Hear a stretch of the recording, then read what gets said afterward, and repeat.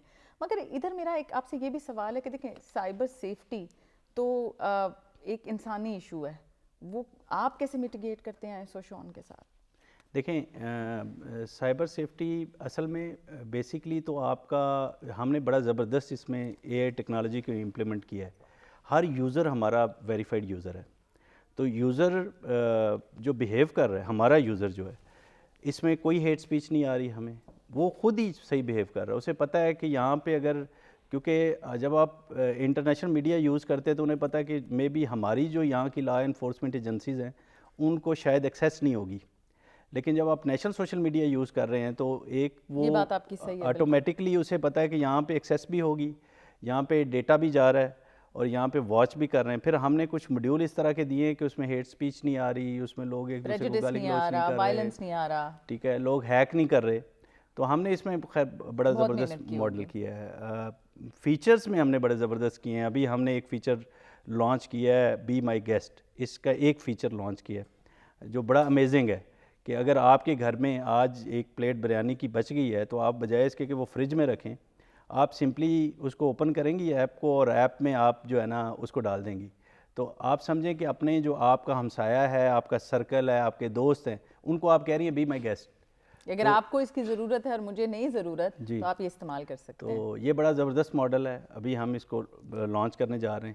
اور یہ wastage of food پہ اتنا زبردست کام کر سکتا ہے. اگر اسلامک پوائنٹ آف ویو سے بھی دیکھیں تو آج اگر اس ٹیکنالوجی کے دور میں اگر ہمارا ہمسایہ بھوکا بیٹھا ہوا ہے تو ہمیں نہیں پتہ کہ مگر وہ اس کا تو ہماری کلچرل جو چینجز آئے ہیں, جیسے آپ نے پہلے ہی بات کی کہ سب ہم فونس پہ ہیں, اور لاٹ آف ٹائمز 2 ایشوز مجھے لگتا ہے دیکھے گئے ہیں. ایک تو ہم پریویسی کے بارے میں بہت زیادہ کانشیس ہو گئے ہیں, ہم اس لیے بھی زیادہ شاید ملتے جلتے نہیں ہیں کہ ہم ہوتا نہیں ہمارا پرائیویٹ اسپیس انٹیکٹ رہے. دوسری بات یہ ہے کہ میرا خیال ہے ویلیوز چینج ہو گئی ہیں, تو ہم پوچھتے بھی نہیں اپنے نیبر سے کہ آپ ٹھیک ہیں یا نہیں ہیں ٹھیک. نہیں, میں یہ سمجھتا ہوں کہ جو اس وقت ہم اگر دین کے پوائنٹ آف ویو سے بات کریں یا ہم ویلیوز یا کلچر یا ٹریڈیشن کسی بھی حوالے سے بات کریں یا بزنس کے حوالے سے بھی بات کریں, تو جتنا ہم ابھی ٹیکنالوجی کا یوز کرتے ہوئے اس کو سیو کر سکتے ہیں, ٹھیک ہے, وہ پہلے کبھی بھی نہیں تھا. اگر آپ بزنس دیکھیں جن لوگوں نے اڈاپٹ کیا ٹیکنالوجی کو، ایون کسی نے پراپرٹی میں اڈاپٹ کیا، پورٹل بنایا تو وہ بہت آگے نکل گیا. کسی نے اگر اس میں آپ کی ٹکٹ سسٹم میں یا کسی میں بھی اس نے اگر یوز کیا، ابھی ایون اگر آپ ان مولانا کو دیکھیں جنہوں نے یوٹیوب کو یوز کیا ہے تو وہ کس طریقے سے وہ اپنا میسج جو ہے ود ان نو ٹائم پہنچا رہے ہیں. تو میرا خیال ہے کہ ہیومن کیپٹل پہ انویسٹ کرنے کی ضرورت ہے. ہمیں اپنی جو یوتھ ہے اس کو امپاور کرنے کی ضرورت ہے، اس کو ڈیجیٹلائز کرنے کی ضرورت ہے. تو ہم کسی بھی فیلڈ میں لے لیں، ایون آپ جو ٹی وی چینلز ہیں آج کل، ان کی سب سے زیادہ ارننگ جو ہے وہ سوشل میڈیا سے ہے. لیڈز ان کی جو جتنی آپ کہہ لیں پاپولیرٹی ہے یا ویورشپ ہے وہ سوشل میڈیا سے. اگر سوشل میڈیا نہیں ہے کسی چینل کا تو وہ اس میں بہت پیچھے، وہ ریڈنڈنٹ ہو جاتا ہے. اور جیسا کہ باقر نے کہا کہ جو سوشل میڈیا سپیسز ہیں نا بہت ڈیموکریٹک ہیں، یہ ہر کسی کی رسائی میں ہیں، یہ اکنامیکل بھی ہیں. تو جس نے سٹار بننا ہے تو اس سے بہتر طریقہ کوئی نہیں کہ آپ سوشل میڈیا کو یوز کریں. شراز، میں جب آپ کی پروفائل اسٹڈی کری تھی تو میں نے یہ دیکھا کہ آپ کا گلوبل ایکسپیرینس بہت زیادہ ہے. عموماً ہم یہ دیکھتے ہیں، ہم کہتے ہیں کہ اچھا لرن فرام دا بیسٹ، چاہے وہ نیشنل ہے یا انٹرنیشنل ہے. تو یہ جو ورک کلچر ہے یا بیہیویئر ہے، آپ کو اس میں کیا ڈفرینسز نظر آئے؟ دیکھیں، this question is right in my sweet spot. میرا ایکسپیرینس یہ رہا ہے کہ people are people wherever ever go گو. جو چیلنجز آپ کو ہیومن سائیکی یا ہیومن بیہیویئر کے پاکستان میں آتے ہیں وہ آپ کو پوری دنیا میں آتے ہیں. اور یہ آپ کا جیسے جیسے ایکسپوجر بڑھتا ہے، ہمارے ریسورسز جو ہمارے لیے کام کر رہے ہیں ان کا بھی ایکسپوجر بڑھ رہا ہے. It's a two way road. جو یو ایس میں ہمارے کاؤنٹر پیٹس ہیں یا کلائنٹس ہیں ان کا پاکستان کے بارے میں ایکسپوجر بڑھ رہا ہے. دے ریئلائز کہ ہماری درمیان میں جو کامنالٹیز ہیں they exceed the differences that we have by leaps and bounds. اچھا، ورک کلچر کے اگر ہم آ کے دیکھیں تو ہمارا جو ایک ورک ایتھک ہے، ہمارے لوگوں کے جو کام کرنے کے ایتھکس ہیں وہ زیادہ بہتر ہیں as compared to the West. بالکل ٹھیک. اور اس میں بڑی وجہ یہ ہے کہ زیادہ تر جابز جو آؤٹ سورس ہو رہی ہیں وہاں پہ یو ایس میں، یورپ میں لوگوں کے پاس ان کی پراپر ڈگریز نہیں ہیں، گریجویشن بھی نہیں کیا ہوتا. Most of the jobs are coming over here for call centre and B P O and all that. بالکل. شراز نے جیسے صحیح بات کی. دیکھیں، پینڈیمک نے بہت سی اپرچونیٹیز عورتوں کے سامنے لائیں. وہ جو کہ جن کے موبلٹی کے ایشوز تھے، وہ جو کہ اپنے چھوٹے بچوں کو گھر نہیں چھوڑ سکتی تھی، ان کو بہت سا آن لائن اور ریموٹ کام ملا. یہاں لیں گے ایک چھوٹا سا بریک. بریک کے بعد حاضر ہوتے ہیں.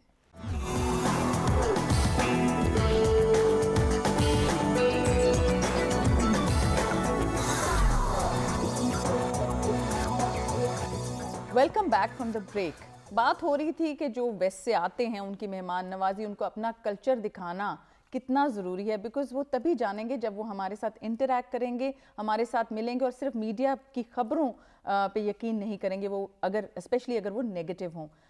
باقر، آپ کا سی پیک سے بہت گہرا تعلق ہے، آپ اس کے وی لاگر بھی ہیں. آپ کے خیال میں سی پیک اگلے 10 سالوں میں کیا اپرچونیٹیز لے کے آئے گا پاکستان میں؟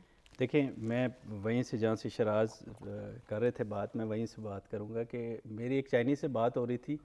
اس نے مجھے بڑی زبردست بات کی. انہوں نے کہا کہ دیکھیں، آپ کی 50-55% آبادی تو ویسی خواتین ہیں، وہ کلچرلی گھروں میں بیٹھی ہیں، اور باقی 45 اس میں سے آپ اگر تھوڑا اولڈ ایج کے لوگ نکال دیں تو آپ کی جو یوتھ بچتی ہے، جو میل ہیں، وہ ایک گھر میں ایک بندہ کما رہا ہے تو 3 بندے بیٹھ کے کھا رہے ہیں. تو اس نے بڑی زبردست سٹیٹمنٹ دی کہ سی پیک واحد اپرچونٹی ہے جو آپ کے لوگوں کو، ایون انسکلڈ لیبر، میں اکثر کہتا ہوں کہ ہماری جو یوتھ ہے 60-65%، یہ ہمارا سب سے بڑا را مٹیریل ہے.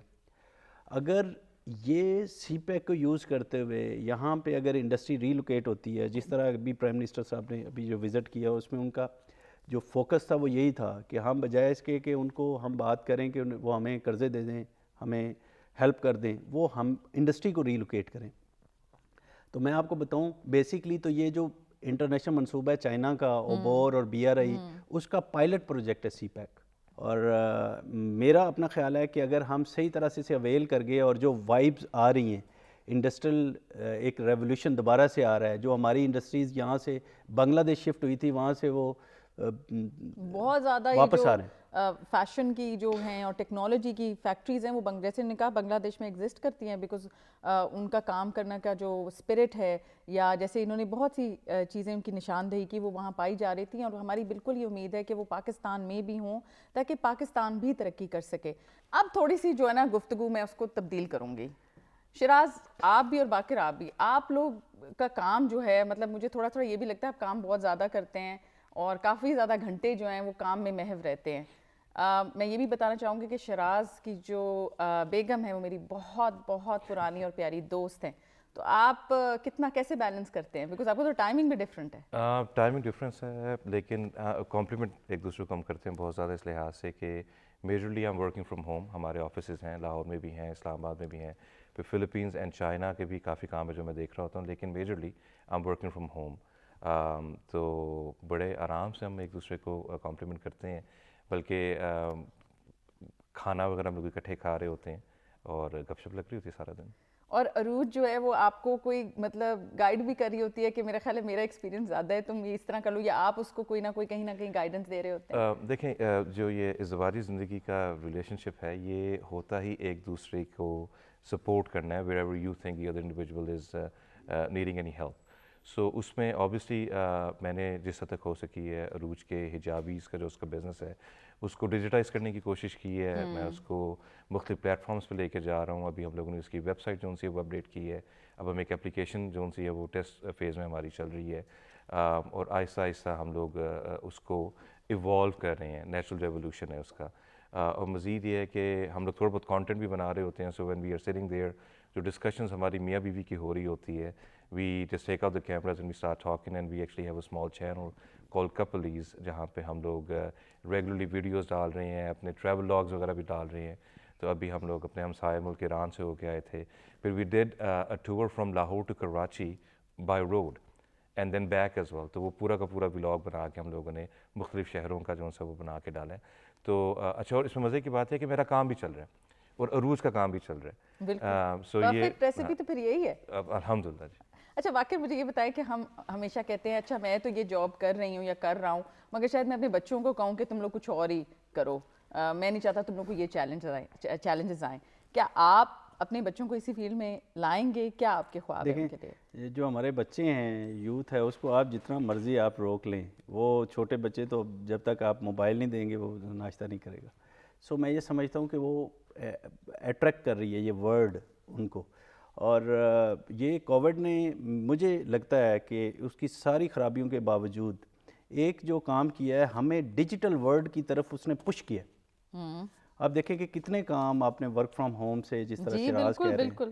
سو میں یہ سمجھتا ہوں کہ بچوں کو تو بالکل ڈیجیٹل ورلڈ میں لے کے آنا چاہیے. آگے تو میٹاورس کی بات ہو رہی, چیزیں ہو رہی ہیں. سو مگر بیلنس کیسے رکھیں, واقعی کیا کریں؟ نہیں بیلنس تو ہے. دیکھیں ہم نے چوز کرنا ہے کانٹینٹ انہیں کیا دکھانا ہے. جو سب سے اہم بات ہے نا وہ یہ ہے کہ والدین کو یا ہمیں یہ نظر رکھنی ہے کہ ہمارا بچہ دیکھ کیا رہا ہے. بات یہ ہے کہ دیکھیں آپ نے اپنے بچوں کو یا اپنی جو جنریشن ہے نئی, اس کو کون سا کانٹینٹ دکھانا اس کو آپ نے چوز کرنا ہے, اس کو آپ نے دور نہیں لے کے جانا. ہمیں بچوں کو ایک ڈیجیٹل ورلڈ کا دور ہے آگے, اس بچوں کو ہمیں پش نہیں کرنا کہ وہ اس میں جائیں ہی نہ. مگر یہ پھر یہ رسپانسبلٹی تو میرے اور آپ پہ بھی ہے نا, جو کہ ہم کانٹینٹ کیوریٹ کرتے ہیں, کہ ہم لوگ اردو زبان میں یا اپنی پنجابی میں, پشتو میں, سندھی میں, بلوچی میں ایسا کانٹینٹ بنائیں جو بچوں کو انگیج بھی رکھے.